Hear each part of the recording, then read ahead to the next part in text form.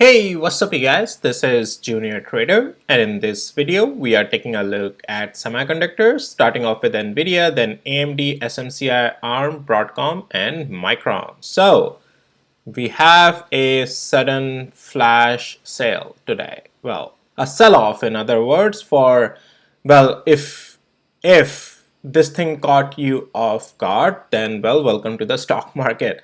So all in all, in this video, as you know, we'll be doing the technicals. Sure, there are some articles and news out there because of the job reports and all of that. Doesn't matter. Things were going up before, right? And we were still having higher rates. Or back then, the thesis was that, oh yes, we need higher unemployment. That will avoid the recession and will allow Fed to reduce rate. And market is going to keep going up and up and up. Now, why then market is falling when the unemployment rates are better, right? So what I'm saying is that it doesn't matter, right? So they say the weak July jobs growth fueling pre-market losses. It doesn't matter, right? They're just creating any narrative. They don't even stay true to their own previous narratives, so it doesn't matter. So technically, what we were seeing is already a downtrend. It's just it's been just propelled quite a lot because. Well, so here's the thing, guys. When you see, right now we are seeing Nvidia getting bought back. I will jump into technicals in just a second. But when you see in the pre-market already such a huge gap down, and this is not just on Nvidia, guys. Like if I show you, let's go to the bigger market actually. Let's go to SPY real quick. So when you see this massive, huge gap already in the pre-market, it just doesn't happen out of the blue, right? Like big hedge funds are wanting to and willing to exit, right? And then there's already in the global market, so like Nasdaq future, S&P 500 future, they're already selling off, and that's what creates this extra selling pressure. And then when those future markets are so rapidly sold off, big players also gets out in the pre-market, and that's why you see a dip. Now, SPY and QQQ, I will show you around in this video as well, but I want to focus first on like starting with Nvidia here. So technically, guys, so the levels that we are watching today was $97. We opened in the pre-market below that level, that is at $92.23. That's very bad to begin with, and yeah, it's horrible, right?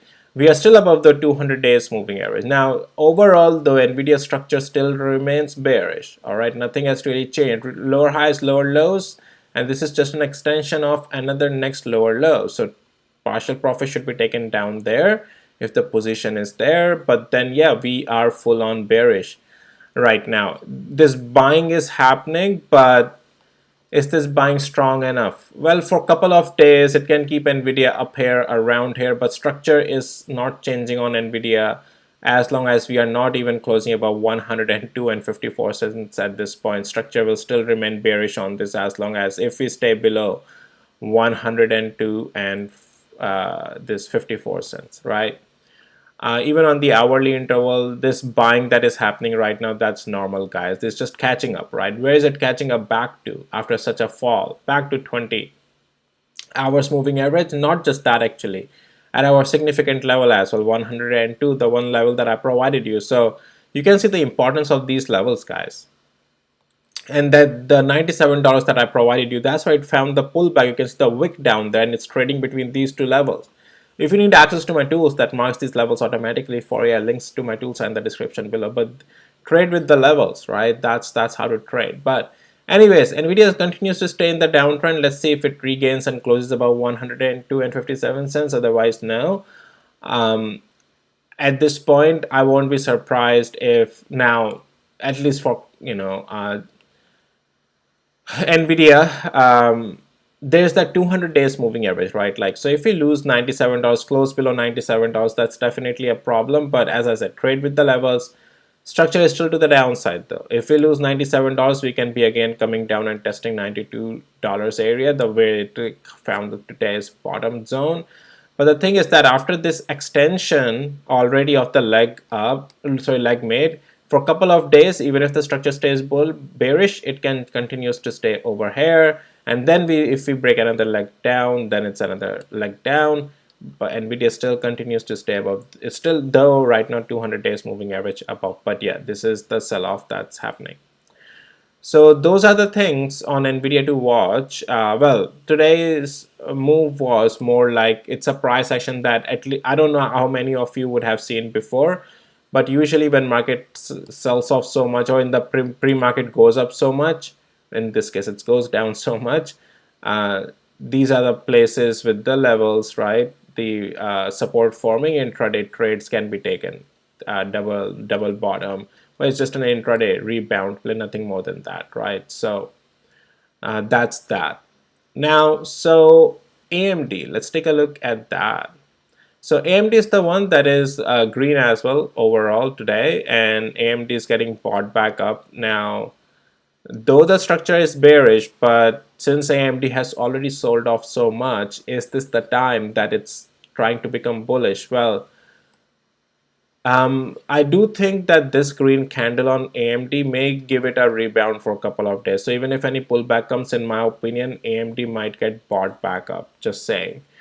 And it has already gone above, actually, of that level of 130 and 62 cents, taking out previous gap low, and it got bought back up above it. I think AMD is the one that may give us some rebounds, in my opinion, for a couple of days at least. So at least back until it tests 200 hours moving average, it can, through the pullbacks of just from here, rebounds can happen. Pretty much once we got above 130, that was the another area of that rebound continuation.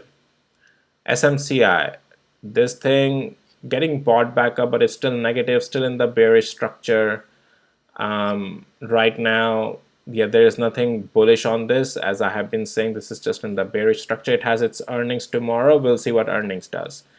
But yeah, it's looking very bad.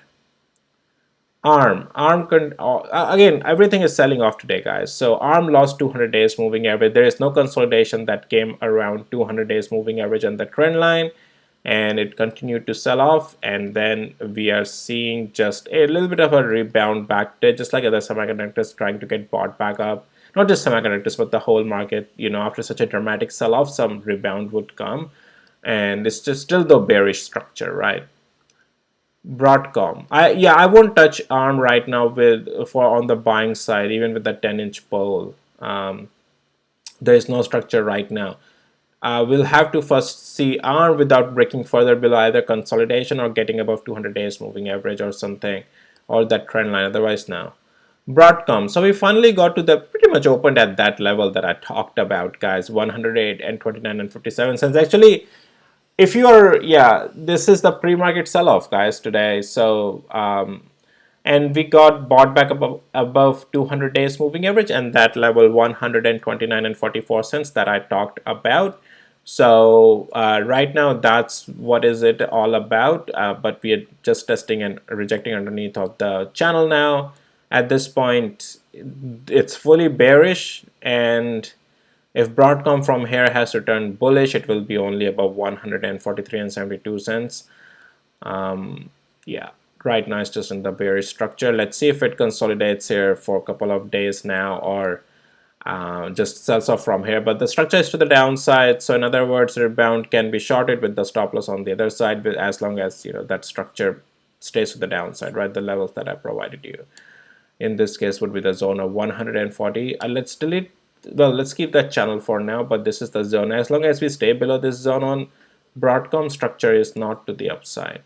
It's to the downside. Micron. So Micron also, let's go to the daily interval, is deep red. Nothing has changed in that regards, right? It's deep red. Yeah, well, overall, right? And it's still, today's rebound is not strong enough. It's just very in the downtrend. And yeah, very bad today as well. Yeah, there's nothing bullish to talk about. It's just downtrending and it's selling off. Even the rebounds are brutally sold off on this. Tesla is horribly down below $200. Tesla, another video I'll be doing. I just want to show you SPY and QQQ. SPY is still getting its selling pressure, guys. You can say it's trying to get bought back up, but it's still selling off. Now, S&P 500 overall long-term horizon for me is the bullish though, right? This thing goes up. So these are the times in the long-term portfolio, DCA times, but for the trading, no. For the trading, it's just downtrending still. Again, some rebound is coming, but that's not going to make structure bullish on this. At this point, if any structure even has to become bullish, it has to show us consolidation or show some pivots on the daily interval. This is SPY, so we'll have to first see those, like pivots of such type. When the last time I gave these calls, right, the buy calls over here. So 200 days moving average is what we, let's see if we come down all the way there. Again, this is, guys, look, it's just meeting back its 200 days moving average like it has done before as well, right? Market was just on something that just rampant upside, and this is not stable moves as well.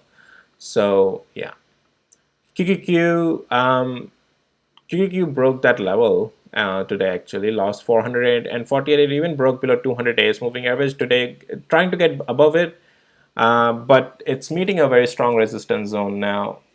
This zone is a very strong resistance zone now. I don't think QQQ will become bullish at this point, and this might also become a very big head and shoulder, possibly, if QQQ can't get above 448. So if this has to become head and shoulder, you will see a consolidation here, right, in this zone, like head and shoulder. And unfortunately for QQQ, this will mean eventually much more downside, unfortunately. Yeah. All right, guys, that's it for this video. And QQQ, yes, is in the downtrend. Just the rebound is coming for the day, similar to Nvidia. Like if I take it the 5 minutes interval, it's just the rebound coming, guys, nothing more than that, right? So that's that.